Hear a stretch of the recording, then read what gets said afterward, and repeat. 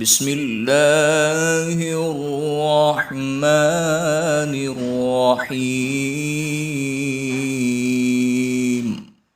عزیزان محترم، نور one Islamic channel میں پھر سے آپ کو خوش آمدید کہتے ہیں۔ اس بار بھی آپ کے لیے بہت اچھی ویڈیو لے کر حاضر ہوئے ہیں۔ اگر ابھی ہمارا چینل سبسکرائب نہیں کیا تو جلدی سے چینل کو سبسکرائب، لائک اور بیل آئیکن کو لازمی دبا دیجئے تاکہ نئی آنے والی ویڈیوز آپ تک پہنچ سکیں۔ آئیے ویڈیو شروع کرتے ہیں۔ کسی ملک میں ایک ظالم و مغرور بادشاہ رہتا تھا۔ اس نے ایک عظیم الشان محل بنوایا اور اس کی تعمیر پر کافی مال خرچ کیا۔ تعمیر مکمل ہونے کے بعد بادشاہ اپنے چند سپاہیوں کو ساتھ لے کر کے محل دیکھنے کے لیے چل پڑا۔ اندر سے دیکھنے کے بعد اس نے محل کے ارد گرد چکر لگا کر بیرونی حصے کا معائنہ شروع کر دیا۔ ایک جگہ رک کر اس نے ایک جھونپڑی کی طرف اشارہ کرتے ہوئے پوچھا، یہ ہمارے محل کے ساتھ جھونپڑی کس نے بنائی ہے؟ سپاہیوں نے جواب دیا، چند روز سے یہاں ایک مسلمان بوڑھی عورت آئی ہے، اسی نے یہ جھونپڑی بنائی ہے اور وہ اس میں اللہ پاک کی عبادت کرتی ہے۔ بادشاہ یہ سن کر بڑے غرور کے ساتھ بولا، اس غریب بھریا کو یہ جرت کیسے ہوئی کہ ہمارے محل کے قریب جھونپڑی بنائے؟ اس جھونپڑی کو فوراً گرا دو۔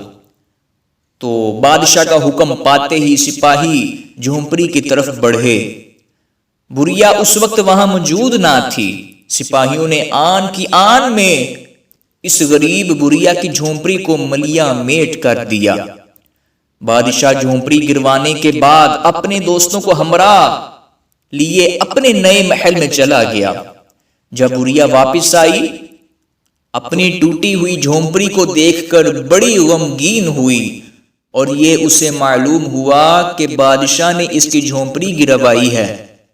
تو اس نے آسمان کی طرف نظر اٹھا کر اللہ پاک کی بارگاہ میں عرض کی، اے میرے پاک پروردگار، جس وقت میری جھونپڑی توڑی جا رہی تھی میں موجود نہ تھی، لیکن میرے رحیم و کریم پروردگار تو ہر چیز دیکھتا ہے، تیری قدرت تو ہر شے کو محیط ہے۔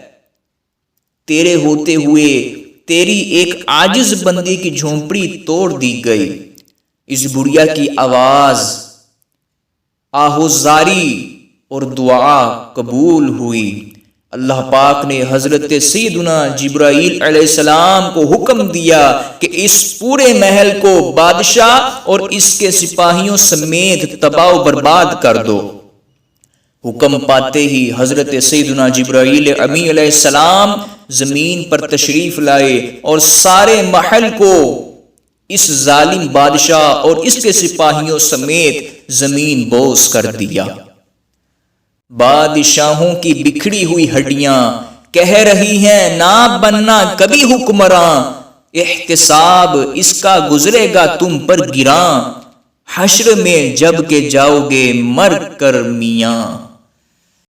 عزیزان محترم، بیان کردہ عبرتناک حکایت سے معلوم ہوا کہ ظلم اور غرور و تکبر کرنا اللہ پاک کو بالکل پسند نہیں۔ جب کوئی نادان غرور و تکبر کے نشے میں کسی کو ظلم و ستم کا نشانہ بناتا ہے تو اللہ پاک کا غضب جوش میں آ جاتا ہے۔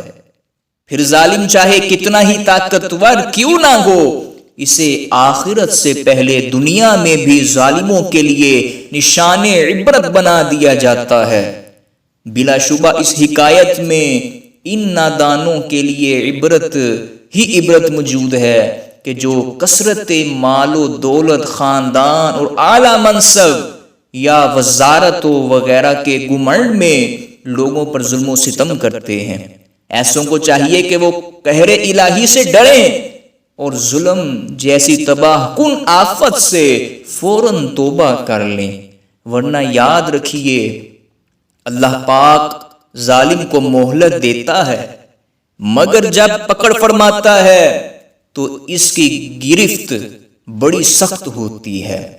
حضرت سیدنا ابو موسیٰ اشعری رضی اللہ تعالی عنہ سے روایت ہے کہ نبی کریم صلی اللہ علیہ وآلہ وسلم نے فرمایا بے شک اللہ پاک ظالم کو مہلت دیتا ہے یہاں تک کہ جب اس کو اپنی پکڑ میں لیتا ہے تو پھر اس کو نہیں چھوڑتا۔